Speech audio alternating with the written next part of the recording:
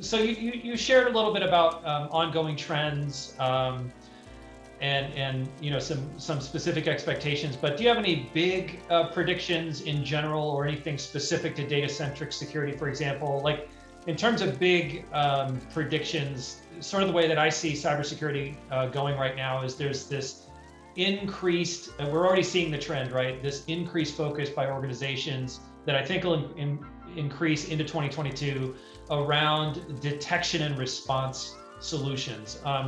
And that, of course, is a combination of technologies and human operations as well. And I think that's where the rub, so there'll be this increased focus on it, but also this increased realization that it's also not enough, because AI and advanced technologies are being used to detect threats, but then human operations teams are having to review those, detected incidences or potential threats and evaluate them and decide if they can respond. So that, I think, is going to be something that increasingly becomes difficult to respond to in a timely manner.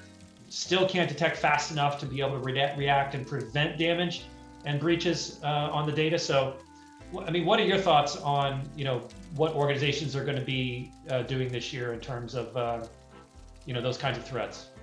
Yeah, Brad, we knew that this was leading up to that, but we both know that a prediction like that's a really tough one. But if I give one prediction, it's that I think we're going to see solutions that are emerging into the market, and by solutions I mean data security solutions that are a bit more expansive than they are now.